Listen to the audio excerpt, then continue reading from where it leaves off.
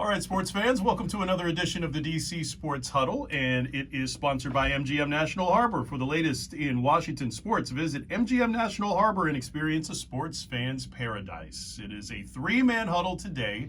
I am Rob Woodfork alongside George Wallace and Dave Preston, and we are here today to discuss the Washington Commanders. Yes, yeah. Exactly. That's what you were You knew exactly where I was going with it. I did. That's what I like about you, man. You anticipate. Let's go crazy. So, the Washington Commanders going to Indianapolis. They're taking on a Colts team that is oddly similar to them. In fact, the quarterbacks are oddly similar. It's just like the Spider-Man meme. They're just like pointing at each other wearing four jerseys.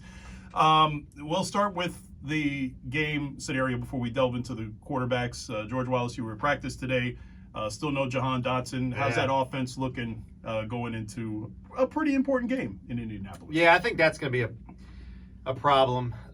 He's not expected back. Ron Rivera told us after that his hamstring's still a little tight. So, but look, I mean, they're playing with a ton of confidence. I mean, the Taylor Heinicke factor is just through the roof right now with these guys, and the trust. A lot of that, the trust is the big word that we heard yesterday with Terry McLaurin and the way he's throwing the football, and Curtis Samuel, same thing. So I think not only are the receivers the key, but I think the fact that the Brian Robinson, Antonio Gibson combo now is really starting to click. What are they calling that? I'm not going to repeat it. No. No, someone said thunder and lightning, but we can't do thunder and lightning. You can't keep recycling that. No, At least 17 teams have used that. Yes. That's. He just asked me a question. I know. I don't like it. But I think that is a good sign that duo is starting to click. Now, the offensive line's still a problem as well. Sam Cosmi's still dealing with the hand. I don't think he's going to have to move over to guard. Lots of shuffling along the offensive line. So there's still a lot of question marks as far as injuries are concerned. But I think that, the offense is another week now with Taylor at the helm. It's first string of practice, so that's obviously going to help.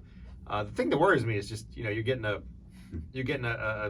new quarterback. I mean, I think anytime it's first time for a quarterback, I think everything's off the table. I mean, anything can happen. I mean, even though he hasn't played, right, but you still have that fresh new quarterback, not much tape on him. He can come in, just kind of pitch and catch, as the old ball coach used to say.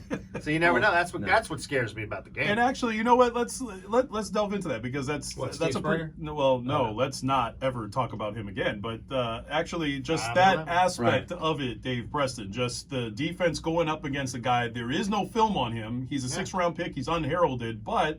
Is that a good thing or a bad thing? Well, I think it's not necessarily a good thing for Washington. I don't think it's a good thing for Indianapolis, because if this guy was worth his salt, he would have thrown a pass in a regular season game either last year or this year. He's appeared in games just to kneel down, I think, or something along those lines.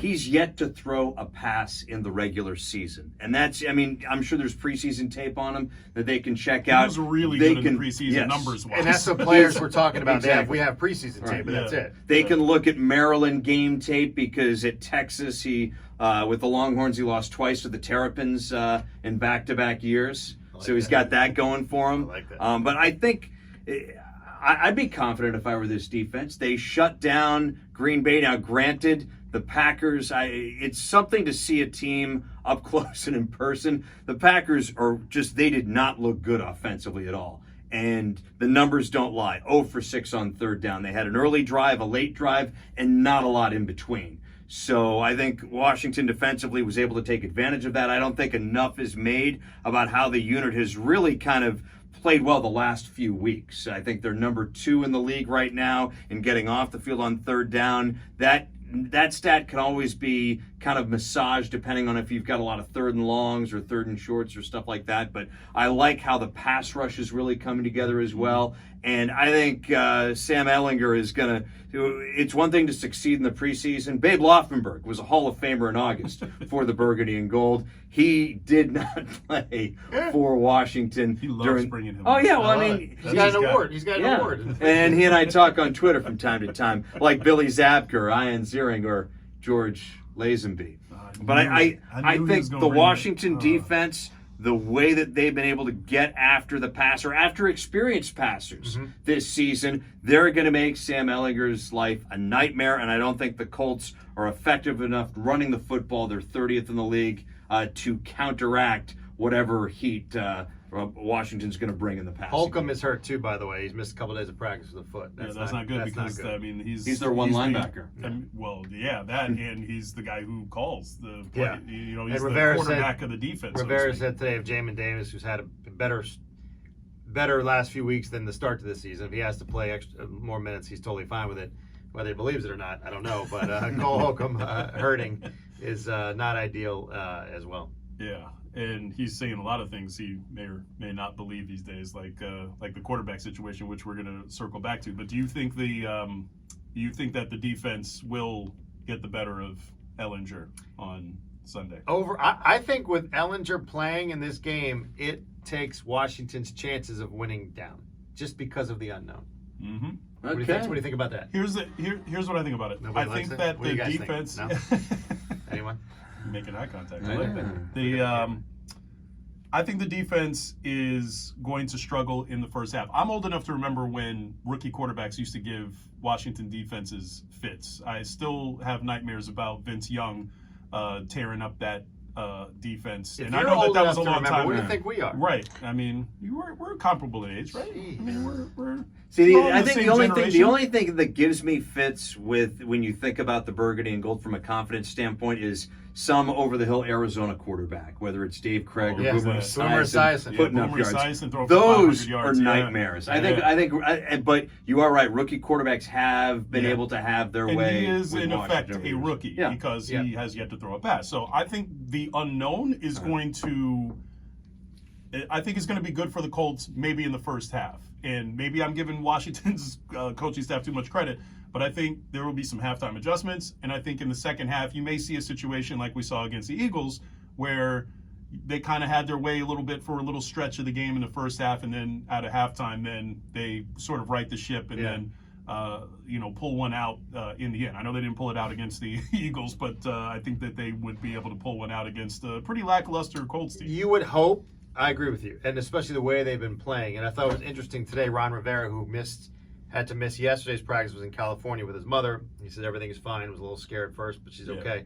But he said, as far as coaches that were handling practice in the meetings, Jack did a lot of it, but Randy Jordan was running the offensive meetings as a running back coach because he didn't want to take Jack totally away from the defense because of how well they've been playing. Right. And he wanted to keep him focused on that. So I thought that was pretty interesting. No, that was good.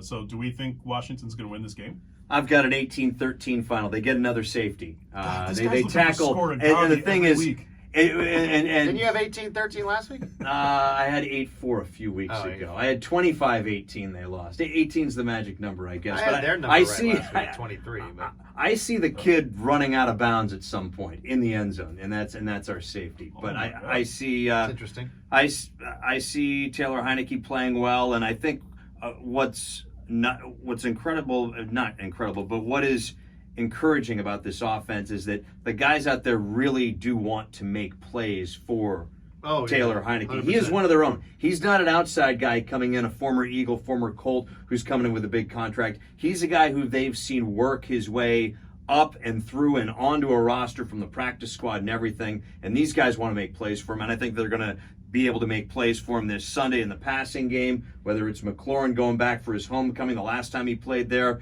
was a Big Ten championship game. Only 3 catches, but 2 of them were for touchdowns. Right. I think he has I think Terry McLaurin has a big day. I think they get him the ball. Tickets. Yes, yeah. 70 tickets. Yeah, I mean you gotta have your And I think he might have a target for every one of those tickets. Because look, here's the thing. I mean, they only go there once every 8 years. Right, So I mean, if he's gonna have a long career, even if he does have a long career here, that's gonna be a long time before he's back. I also like what the running game is going to do now that Robinson is. He's not 100%, but he's near full peak as far as being able to contribute. He and Gibson can really take some heat off of Heinicke, and Heinicke's able to take heat off this offensive line in a way that Wentz was not able to. They're gonna have to only sacked run once. the ball because here's the thing. I mean that Colts front is actually pretty sneaky good. They're able to get to the quarterback pretty regularly without having to use a lot of blitzing. Their front four has been doing pretty well there. I'm going to go ahead and say that I'm going to pick Washington at the risk of jinxing them because I picked against them and it's worked really well for them in recent weeks. But I'm going to say Washington wins it 22-21. if you're starting two quarterbacks that are basically Taylor Heinicke, the more experienced Taylor Heinicke figures to win. I like that. Pretty much that's a good way to go with it. When in doubt, go with. So I think they're gonna come up short just because I think somehow Ehlinger's gonna what's his name? Sam Ehlinger? Yeah. I think it's Ehlinger. He's I believe it's he's Ehlinger. going to. If you hard have G. to ask, like, I thought it was a hard is G. he that important? It's a hard G. I mean, I looked. You looked this up on YouTube. Somebody on CBS I've been called him saying Ehlinger. Ehlinger, I but I just do also it for slipped in called Agent Zero Albert. Albert Zero? Albert Arenas last Okay. night. Well, It was not just Albert. like It's Gilbert. it's Gilbert. Yeah. You see, I know that, but it's Okay. like I just Well, do it like a weird. lot of like King Charles has multiple middle names. You know? I just do it for comedic factor. No, I think at the end, there's going to be a mistake and it's going to be a last, late drive, and the Colts are going to win by 3. I just feel like it's just too much. Like I said, I thought that with Matt Ryan, I would pick Washington, but I just think it's that rookie quarterback. He hasn't played yet. Everybody's going to be fired up to play for him, and he's going to come out. He doesn't even know what to do. I would agree with you if they still had Blankenship as their kicker in Indianapolis, because he's actually, quiet as it's kept, he's actually a pretty decent rapper. I don't know if you've ever I know. Missed on checked him out. on that one. No? Okay. I'll have to All right. check it out. Well, let's talk about the quarterback situation, because it's Washington and it's what we do in Washington. Now, there is a situation with the Carson Wentz contract where if he doesn't play 70% of the snaps, Washington doesn't have to give up their second-round pick. I think it reverts to a third-round pick. Correct. In the upcoming draft. And so with Heinicke playing comparable to Wentz, if not better, does it make sense to bring Wentz back? I would say no. And actually, Ben Standig, we all know Ben Standig of The Athletic, pointed the question at Ron Rivera earlier this week. He said basically, We're not there yet. you don't want to make a decision like this based on a contract. But you kind of do. And the problem, and it raises the issue that I feel like I've brought up multiple times here, is that when you have the GM wearing the same hat as the coach, then those things sort of bump up against each other, because the GM can come in and say, oh no, we're not going to play him because I want our second round pick. That's what's best for the team moving forward. The coach is trying to win today. So Ron Rivera, of course, is going to say, I'm going to play the guy who's going to give us the best chance to win. But he's already missing 4 games. Is that going to be 70%? Well, here's the thing. If he comes back within that, closer to the 4-game realm, then the 70% can still happen. If you keep him out, 6 weeks and beyond, now you're not going to meet that 70%. So my question is, do you keep Wentz sidelined? I say yes, because if everything is considered equal, then why wouldn't you hold on to your second round pick and keep Heinicke under center? I think if you're trying to win. Yeah. I mean, I just think if Heinicke goes 4-0, okay, fine. He's not going to go 4-0. He's not. If he goes 1-3, you lose 3 straight, you bring Carson Wentz back, because Carson Wentz lost 4 in a row. How about 1, 2, and 1? But I guess my whole thing at the beginning of the year was, when we get to December, 10, 11, 12 games, whatever it is, when they're out of it, then you make the switch and you bench Carson because of that 70% thing. Right. If they're 1-3, what are they now? 3-4. So let's say they go 3. Let's say they're 3-7. Mm-hmm. Are you technically? Do you bring Carson for a couple of weeks, maybe to try and catch some fire? I don't know. It's going to be interesting to see if they're at what spot they are after 4 weeks. Mm-hmm. Yeah, I think. Yeah, doing some math. 12 out of 17 is just over 70%. So if he makes 12 starts, in theory, he would be over 70% of the snaps.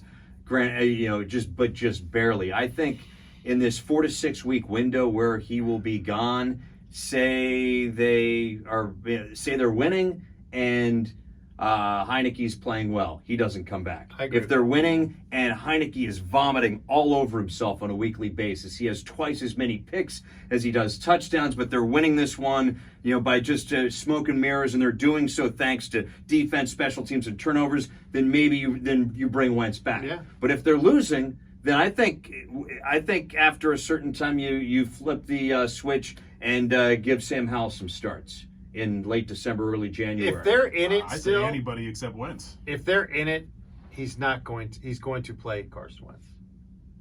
Okay, that's his guy. I mean, he's trying to win, right? But is it his guy? I don't see a situation under which Carson Wentz is back next season. I don't. I agree. I with agree you with there. that. But are you still trying to win this year? I think Heinicke Yeah, but is I'm the saying if you quarterback can until he plays his way out of the lineup. Here's the thing. They're not winning with either one of these quarterbacks being the driving force. You're winning if you're running the ball. You're winning if you're playing defense. So if you're not winning because of the quarterback, then it shouldn't matter which quarterback you play, right? I mean, if Heinicke, we kind of touched on this last week. It's like each guy gives you something different. But the way the team plays around Heinicke, I don't think Heinicke's all that as a player. But I just hear what these guys in the locker room are saying, and they're diving through walls for this guy in a way that they didn't for Carson Wentz. The whole is greater than the sum of its parts. Right. When Heinicke's in there, and when Wentz is in there, the numbers just don't add up for whatever reason, and it's a shame because we thought that all right, they're going to have a guy who can make those 40 to 50-yard throws, and as we mentioned a couple weeks ago, you know what? This offensive line isn't built for those 40 to 50-yard throws. Heinicke's got to take better care of the ball. He's got to make better decisions. That's obvious. Right, 'cause he should have thrown like 4 picks in that game. And the first quarter alone, right. and that very well could have been a fumble that I filled in for George for the Tampa Bay game. You like that was disastrous, and then Kirk Cousins brought them back.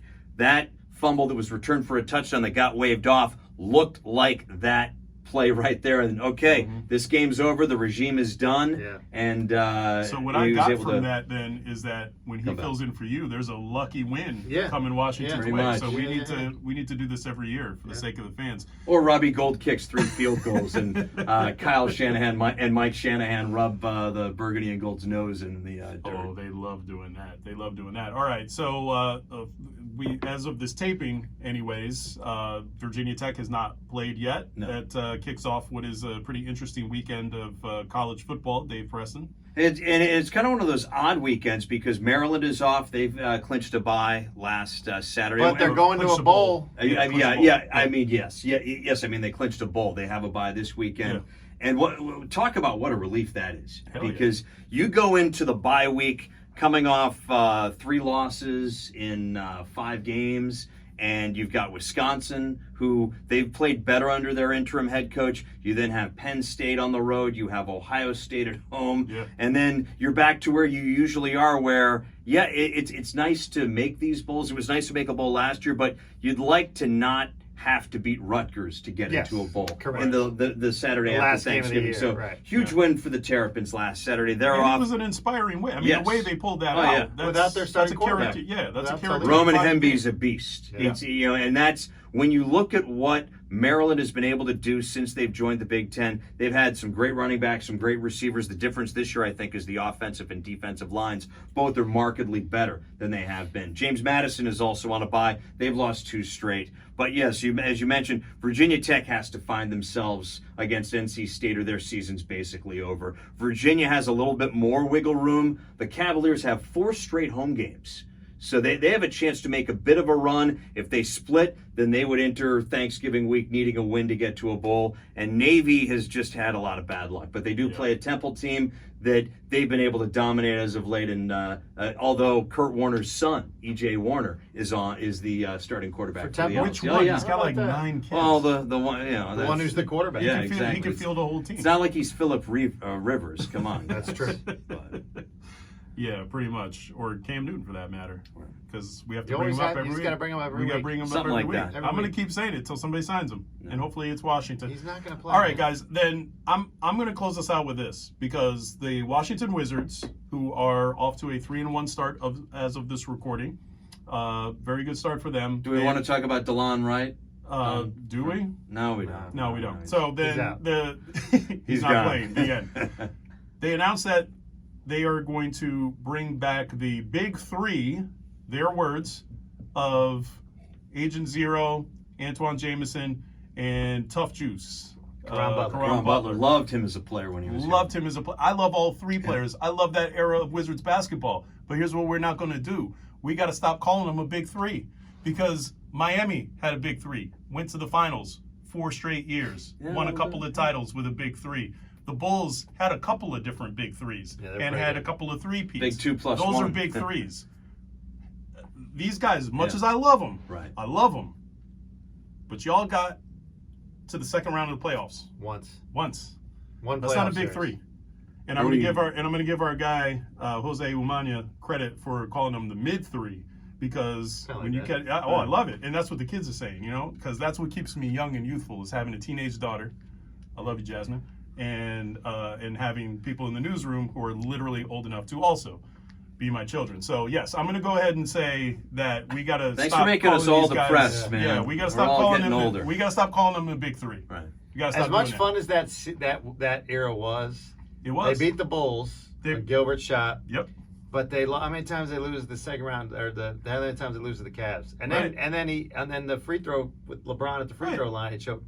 This is like Yeah. this is like the Cleveland Cavaliers I talking know. about, we're gonna bring back Price and big three. Yeah. No, it wasn't a big three. It's You like guys- It was exciting. Yeah, It was it was exciting. That'll exciting. be fun to see them all back. It was fun, and again, I can't emphasize enough. Love all three of those players. That was a fun era, and that was actually, Eddie it was an Jordan. important era. I'm going to say this: it was an Right. important era because the Bullets were fun to watch when you had 2/5 of the Fab Five here.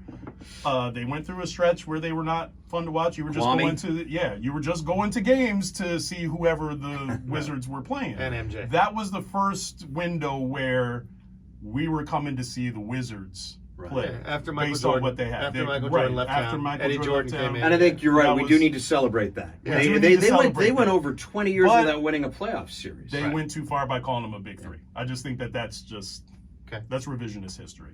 All right. But also, that's me nitpicking. But Yeah. that's what the Way show to is bring for. everybody down. For us. That's what we do. Yeah. That's it. Thank you.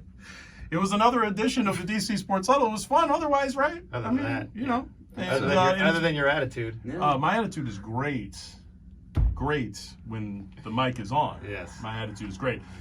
This is sponsored by MGM National Harbor. For the latest in Washington sports, visit MGM National Harbor and experience a sports fan's paradise. I am Rob Woodfork. That is George Wallace. And that right there is Dave Preston.